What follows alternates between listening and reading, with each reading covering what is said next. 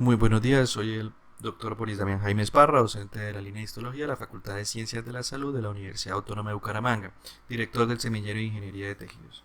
En nuestra academia o videos académicos del área de la histología para el Semillero de Ingeniería de Tejidos, hoy desarrollaremos un tema muy interesante como son las glándulas, que siempre ha tenido bastante dificultad tanto a nivel de pregrado como de posgrado.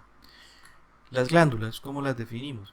Pues son células o cúmulos de células con función de secreción. Existen dos grupos principales: exocrinas, que son aquellas que liberan su producto de secreción hacia una superficie externa o interna, y las endocrinas, que liberan su producto de secreción a la sangre, y este producto es conocido principalmente como hormonas.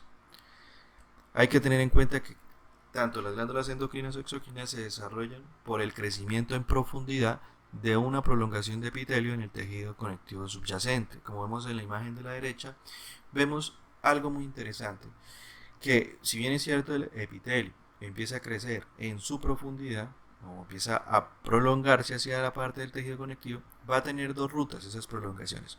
Una va a mantener esa prolongación conectada al epitelio, formándose lo que conocemos como conducto excretorio, una porción secretora conocida como adenómero, y esa es una glándula exocrina.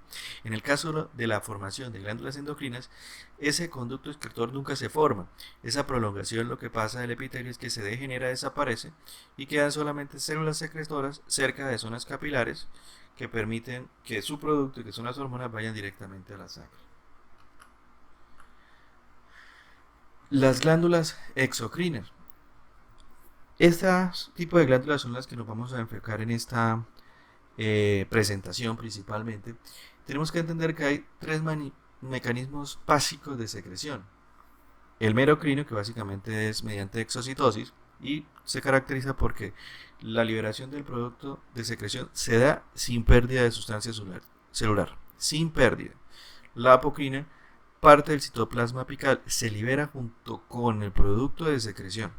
Y la holocrina, que es una pérdida completa de las células, pueden ser células enteras, que se destruyen en su totalidad. Existen dos ejemplos claros de este tipo de secreción o mecanismo de secreción, que son las glándulas sebáceas cutáneas y las glándulas tarsales del párpado, como son las también conocidas como de meibomio. Las glándulas exocrinas, a su vez, podemos clasificarlas en unicelulares, que están compuestas por una única célula secretora. El único ejemplo en el cuerpo que tenemos son las células caliciformes, y las multicelulares, compuestas de múltiples células. Asimismo, datos generales de las glándulas exocrinas multicelulares. Tenemos que de estas glándulas multicelulares, exocrinas multicelulares, las más simples son denominadas superficie epitelial secretora, que está compuesta por una capa de epitelial de células secretoras del mismo tipo, y el mejor ejemplo de ellas es el epitelio superficial de la mucosa del estómago. Existen también en este apartado glándulas intraepiteliales, que son pequeños cúmulos de células glandulares que están insertadas entre las células no secretoras y una capa epitelial, donde las células secretoras se ubican alrededor de una pequeña luz. Y esto es típico de las glándulas del litre de la uretra.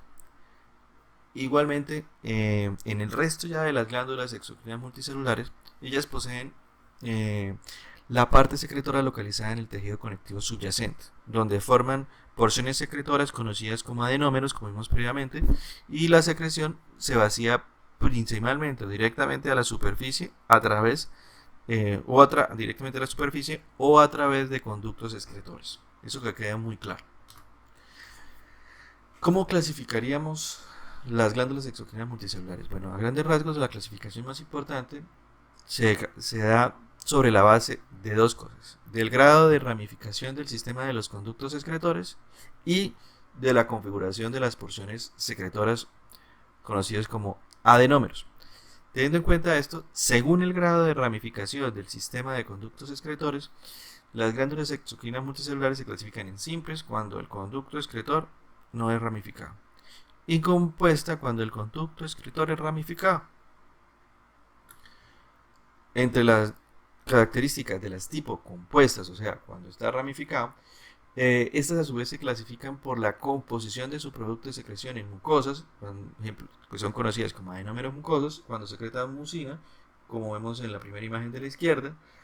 Su función es protectora, lubricante, y tiene un aspecto claro vacular.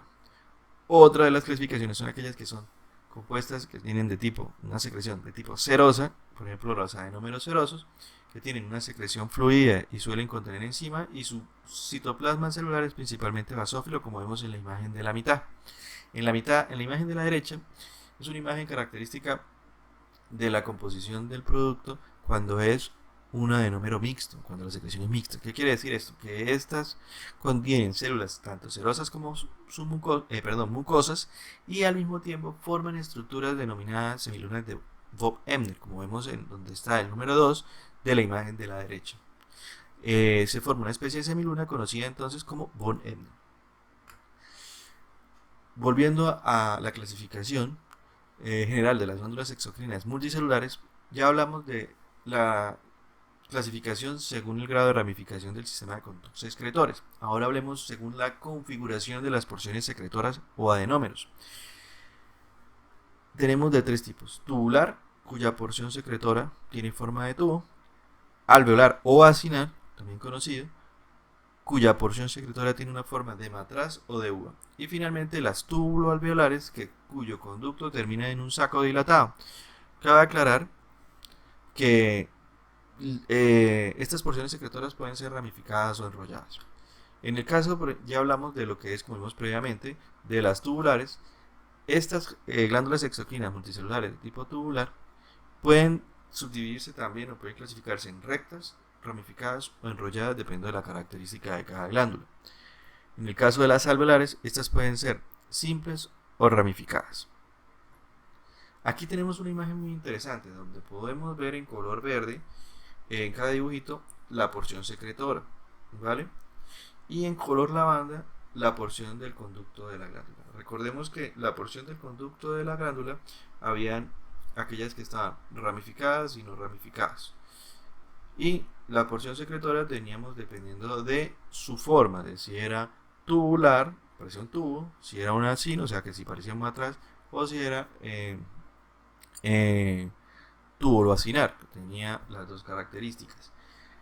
Entonces eso hay que valorarlo. Por ejemplo, un ejemplo esta es conocida como tubular simple. Tubular porque su porción inferior, la zona verde, parece un tubo, y la zona de color lavanda, que es su porción superior, es simplemente simple, no hay una ramificación. A diferencia de como vemos en esta imagen, esta es una tubular compuesta, que quiere decir que su forma verde es tubular; sin embargo, la parte de color lavanda es compuesta porque está ramificada. Si vemos, hay varias ramificadas. Así sucesivamente, es la clasificación o lo que hay que tener en cuenta cuando valoremos o evaluemos las glándulas. Tener en cuenta de que, si bien es cierto, esto es un dibujo, un esquema, al microscopio óptico no vamos a ver totalmente las características, porque son cortes en un nivel determinado de una estructura tridimensional. Entonces, uno de los consejos que se les da a aquellos estudiantes que quieren conocer es aprender a identificar en qué glándulas están ubicadas, y una vez ustedes sepan esa glándula, su nombre, ustedes lograrán saber cuál es la clasificación de ella. Apréndanse cada glándula por separado, cómo se clasifica, y en el microscopio evaluar qué características tiene, identificar el nombre de la glándula, y con eso les ayudará a dar cuál es la clasificación total de esta glándula. Este ha sido todo lo que tiene que ver con el tema de glándulas. Espero que les haya sido de utilidad, y finalmente les agradezco mucho. Este es un mensaje del Semillero de Ingeniería de Tejidos de la Universidad Autónoma de Bucaramanga. Muchas gracias.